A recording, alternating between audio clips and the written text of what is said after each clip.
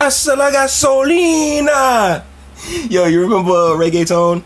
That was, you couldn't, in the tri-state area, you could not walk 2 feet without hearing one of those songs back in 2005, 2006.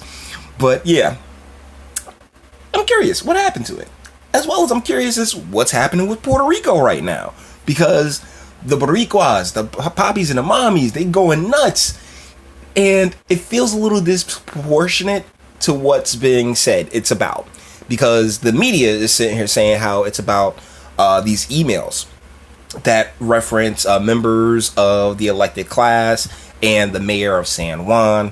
There was recently the feds came through and snatched up some of their officials because of misused funds from the hurricane relief efforts. There were, I'm talking about pallets of undistributed supplies, waters that was just sat there for like months and years. Rat infestations rat infestations just airdropped in, people dropping off supplies. Like they, like the hurricane relief efforts in Maria was a failure at their local level, at their local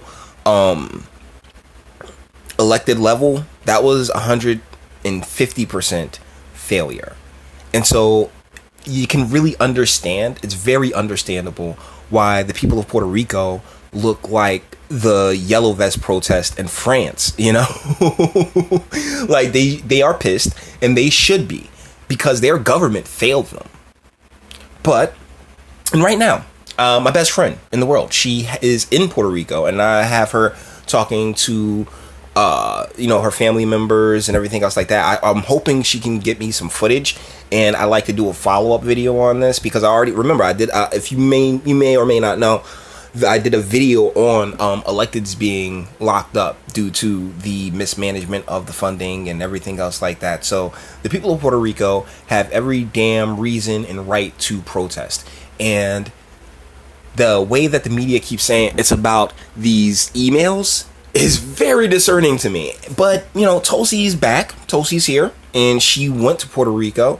And so let's hear what she has to say on the matter, and let's get it going. Several Democratic candidates for president have called on Governor Rosselló to resign. Congresswoman Tulsi Hawaii is among them. She traveled to Puerto Rico this week. She used to be bad back in the day. Like now, you can tell a lot of that is makeup. 20%. To support the protesters. And Congresswoman Gabbard joins me now. Thanks so much. Hey Tulsi, how you doing? Welcome back. It's good to see you, always. Congresswoman, for being with us. Thank you very much. So if the governor resists calls to step down, what would you encourage the people of Puerto Rico to do? Look, from what I heard from them, they're not going anywhere. You're going to continue to see these protests until the governor actually does resign. They are sick and tired of not only hearing and getting an insight into these leaked chat messages and the conversations that were happening between the governor and his administration, really. But that's the thing. No one, these types of leaks happen all the time, and this isn't the type of, that's not the type of thing that would have people out in the streets in the manner in which the Puerto Rican people are. And here's where it gets weird, because they're not a state, they're annexation. So their laws is their laws, but they definitely should go about the legal means of impeachment, or however they have it played out at their level, because that's what really muddies the waters when it comes to our interference, is the fact that Puerto Rico isn't a state.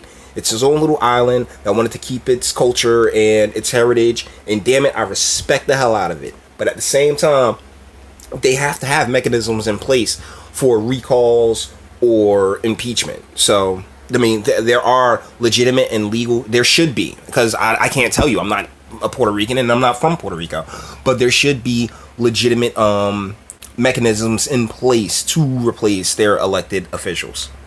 At that point, too, was just opening the window into the corruption in his administration.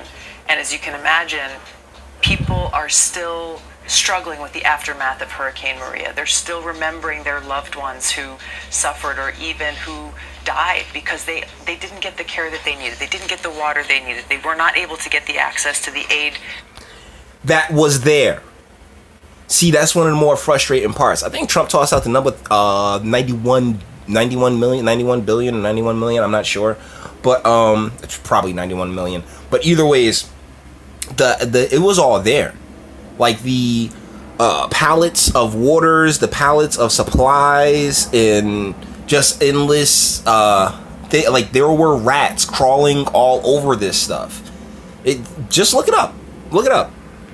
That was sent for them. So this is coming from a very deep-seated place of long-standing corruption that really is driving these hundreds of thousands of people to turn out, all walks of life, people of all ages, really inspired by this love that you heard of, this love for each other and their home and care for their future. And I think that's where we're not going to see this go away unless the governor does thing and resigns. So you've called... That's the thing. Like, I mean, the other electeds, but that their entire system is corrupted, like, to its core, clearly.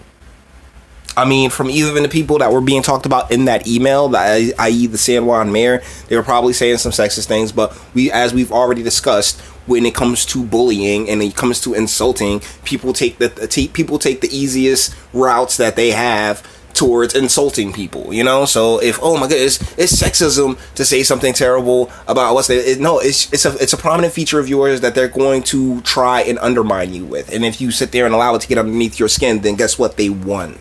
But either ways, continue. For other candidates running for president to go to Puerto Rico and call on the governor to resign. Yeah. Other candidates have expressed their solidarity through statements, but why do you think it's necessary to go to the island itself? Because it's important to make sure that Puerto Rican people know that we stand in solidarity with them, to hear their voices, to stand shoulder to shoulder with them as we collectively call out an end to corruption. This governor is a part of considers himself to be part of the Democratic Party, and I think. But that's the interesting part, right? Like that, like there's the corruption in Hawaii, there's the corruption in New Jersey, there's the corruption in Michigan, there's the corruption in Ohio, there's corruption in Texas and California, and literally every single municipal entity, you know, like government entity is pretty corrupt at its damn core, and so it really has to come from within those folks within those municipalities. And what happens is that what they do is just move, change municipalities, go elsewhere, because due to either, I mean, there's economics to it, there's a hell of a bunch of different reasons, but ultimately what happens is that those in the elected spaces, what they create are dynasties and long-standing relationships, which is why I assume they can't rely on their elected class to, I don't want to say turn on the governor, but to you see how they say here demanding Trump's impeachment, right? There are demands here in New Jersey to recall Governor Murphy, which if they ever caught enough steam, but they won't, because Jersey has almost 1 million more Democrats than Republicans. Go figure. We see who's the better organized in the state. Then there's no like recourse. There's no, like, where is the legitimate recourse? I guess that will be my number one question. Where is the elected officials who should be calling upon their counterparts to be taken to the carpet? But they can't, and they won't, because the elected class operates at a completely different level, and at its core, it is corruption. Sorry. It's important for us as Democrats, you know, for all of the candidates, one of us will be elected, and we will be the leader of our party. Okay, so here's the interesting part to me, is that she's still, like, I mean, it's the largest, outside of the Republican Party, it's the largest party in the country. It's by far, you know, it's probably one of the most powerful entities in the world. But they still screwed you. You know what I'm saying? Like we all saw this screw job that Bernie took. Like last year, how they really sat there and no one's like has their hand raised up like, yeah, you know what? I screwed that up. You know what I'm saying? Like we really botched that, and that wasn't cool. And things are gonna be clear. No. They've done everything that they can in order to distract from the fact that the fundamental issues at the Democratic Party's core remain, and is that it's not an entity for the people that they supposedly represent. And they are about that cash. They about that paper. That's the American way. And damn it, I don't knock the hustle. I do knock the results. And we have to show the strength and courage and leadership to call out corruption, even when it's happening within our own ranks, because this is about. Because you did, baby girl, you did when you was like, yo, what they doing at Bernie is BS. You know, like you've done this already, but it continues to this second, and it's happening literally everywhere, not just Puerto Rico. Putting people first. It's about putting our country first and setting aside any partisan political.